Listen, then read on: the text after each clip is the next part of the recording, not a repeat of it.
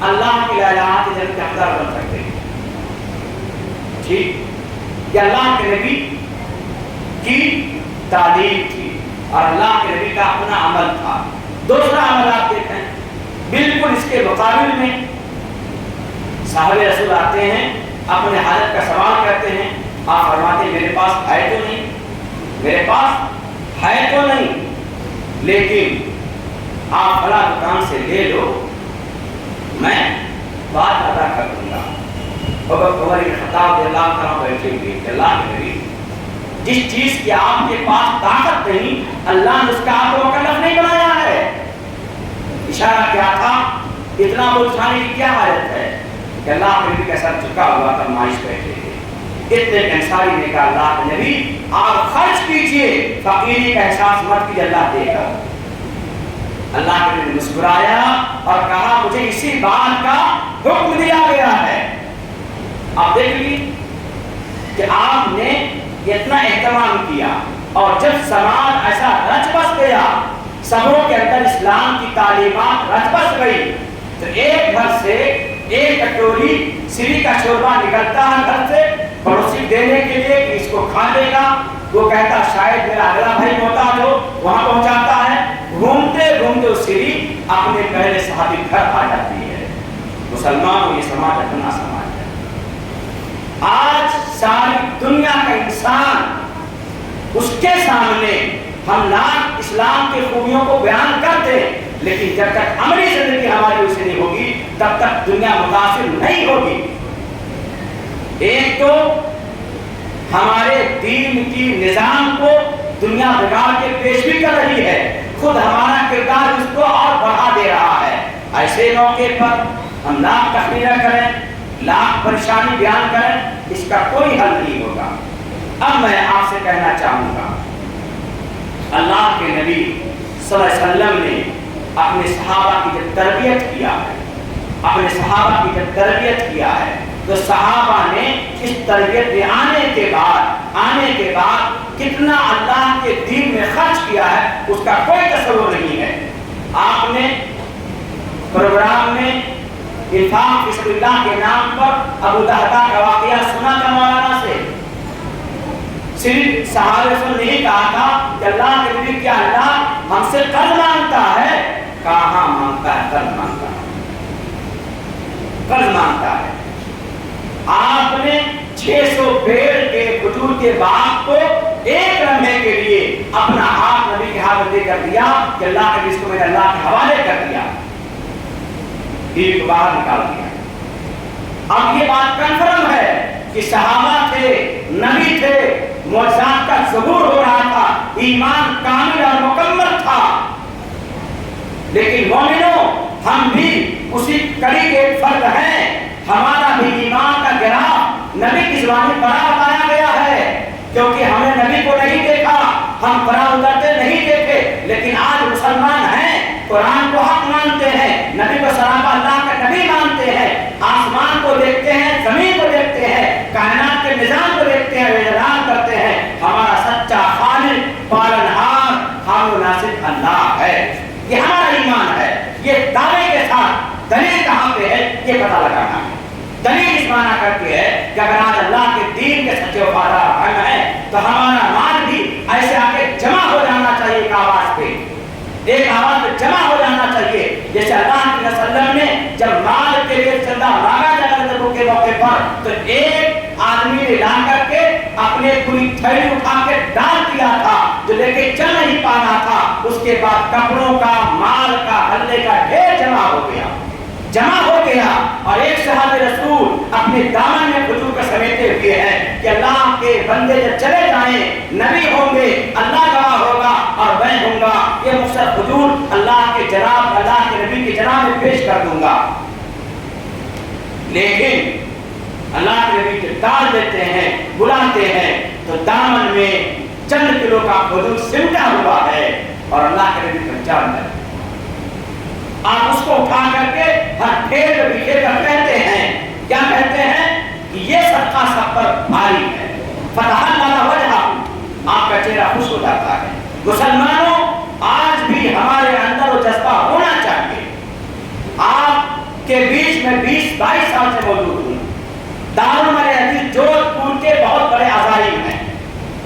لیکن کچھ تو اپنی کمیاں وہ ہیں جو میں کہنا نہیں چاہتا ہوں۔